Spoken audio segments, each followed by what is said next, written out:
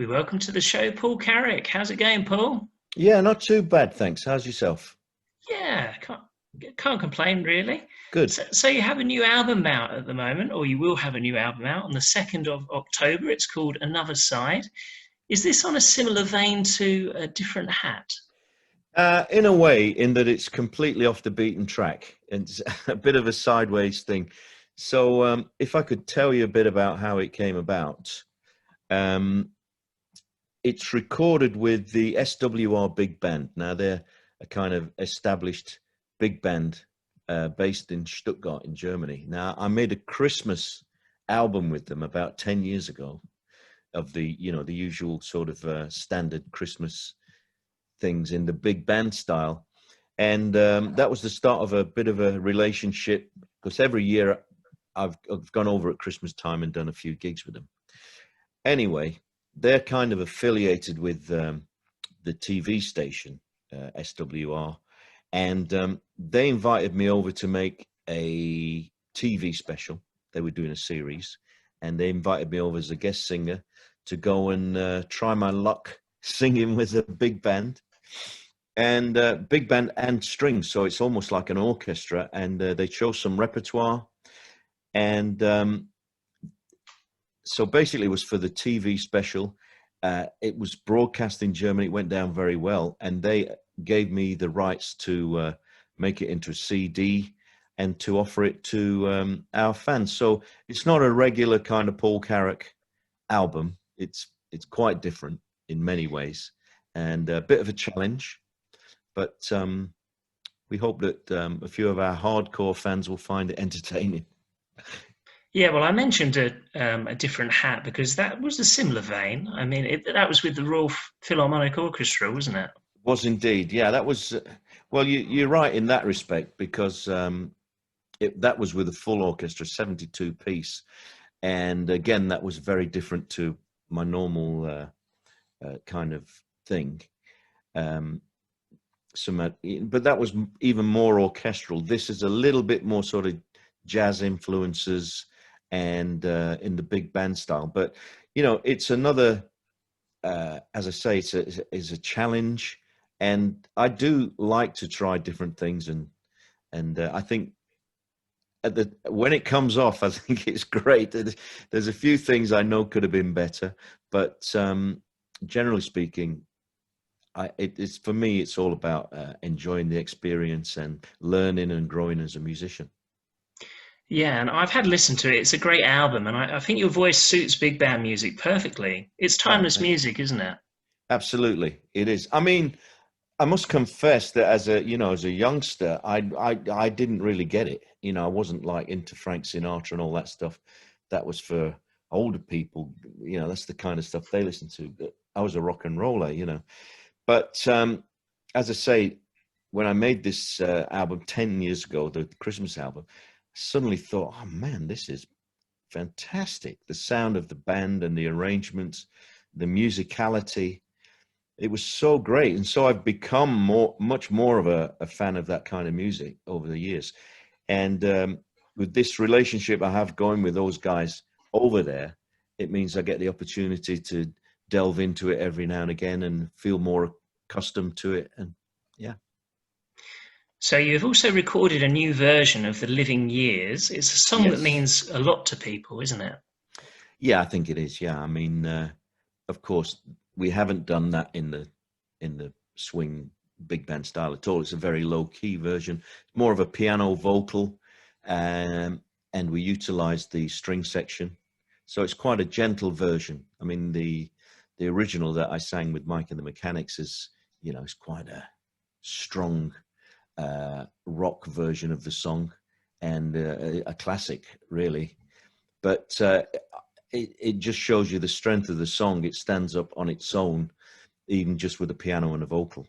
So, but it's always a pleasure to sing it. It's a great, great song written by B.A. Robertson and Mike Rutherford. And this is another take of it. And do you think it's because a lot of people have experienced that in their lives with that song? Because so many people love it, don't they?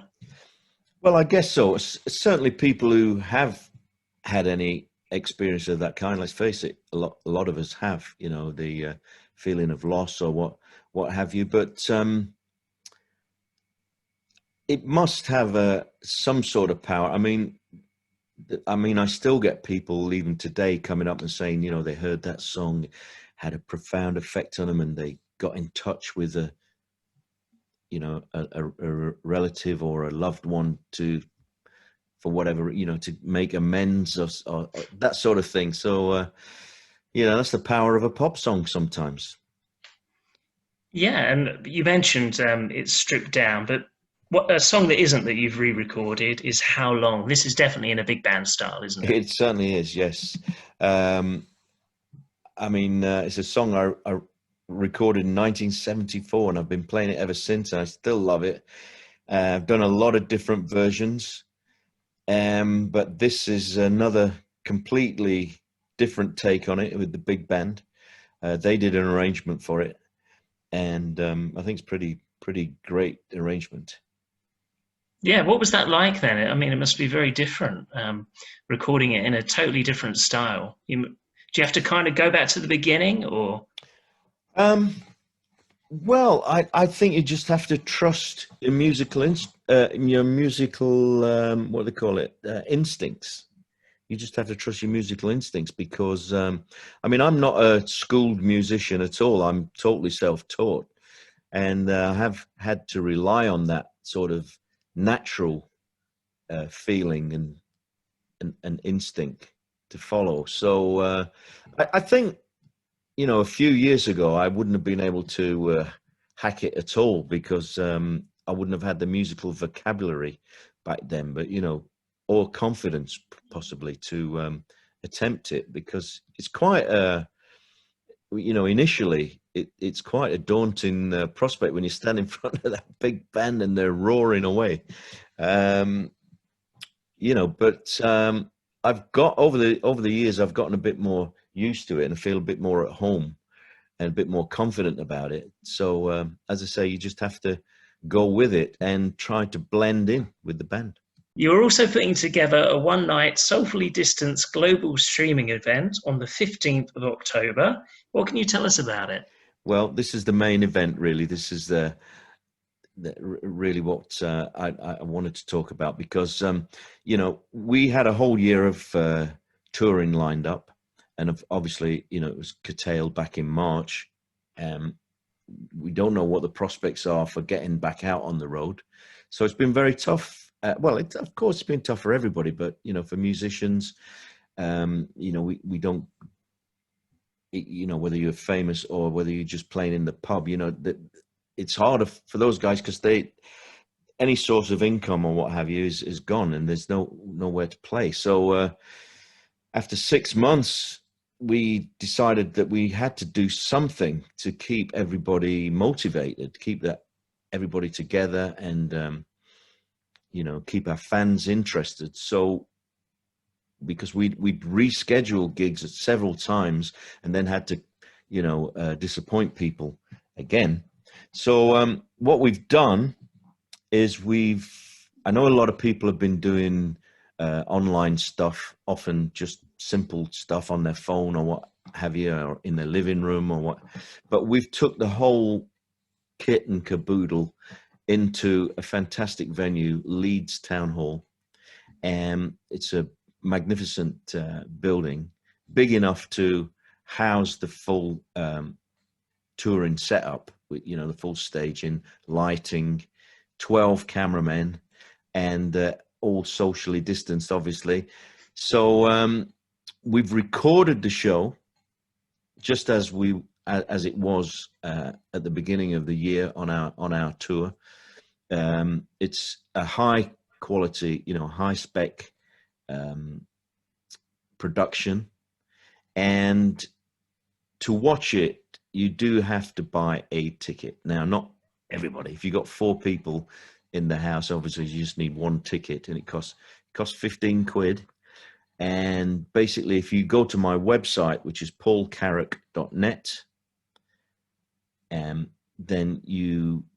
there's instructions there how you click on a link and you get a pass that comes to to your phone, you get a PIN number, and you put that in to whatever device you're going to watch it on. If you're going to watch it on your smart TV or your iPad or your phone or your PC or whatever, and you get the full Monty, the full show. Great. So that's on the 15th of October. Is that 8 p.m., I believe?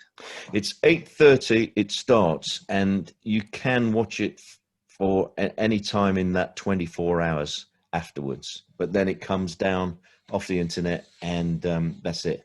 But it's available there for 24 hours from 8:30. You get your code an hour before the show starts, and then off we go.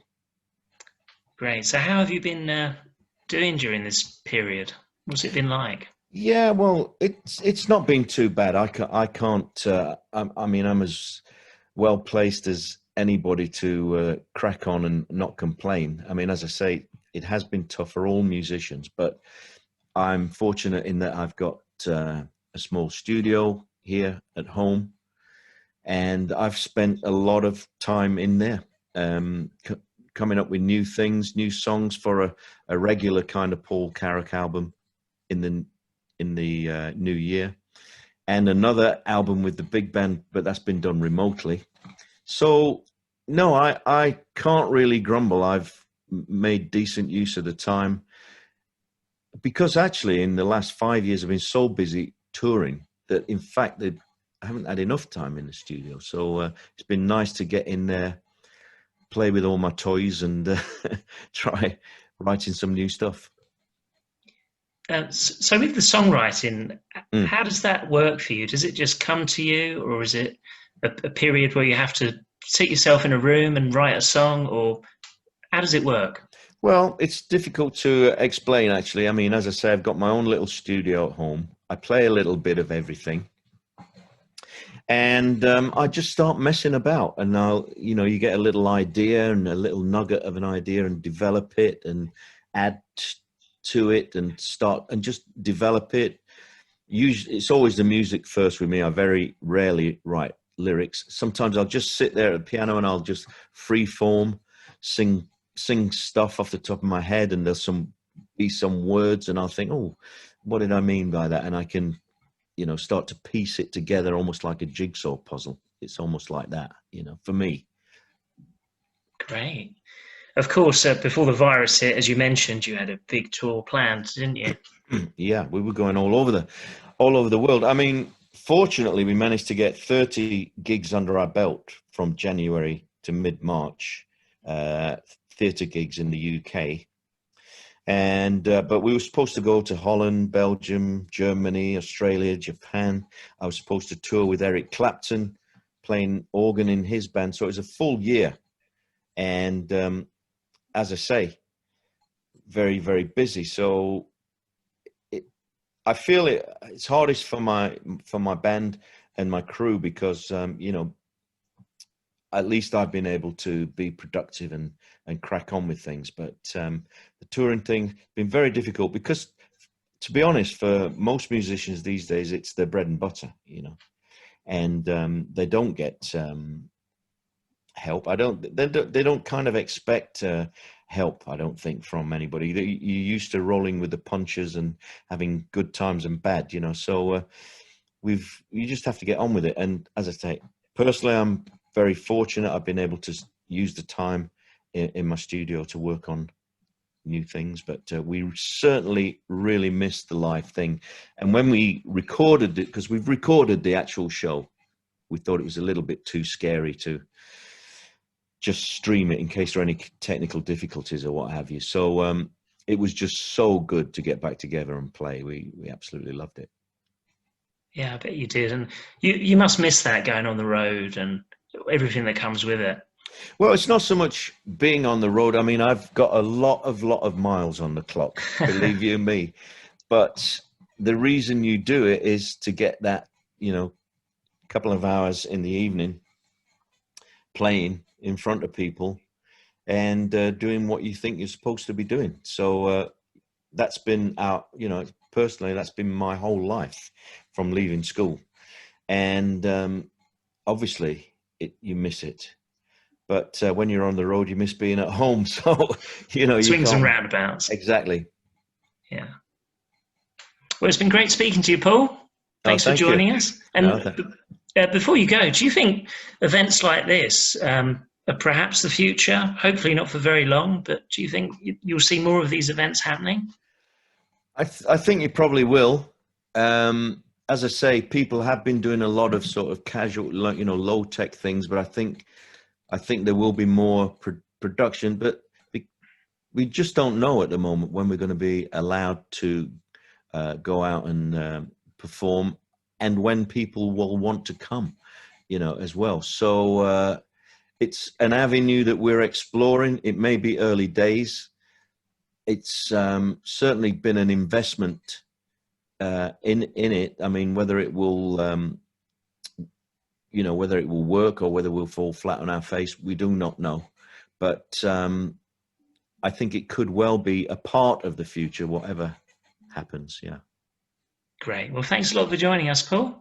And good luck with the new album. And it's on the 15th of October, your live stream, and we'll look forward to that. Thanks, man. Appreciate it.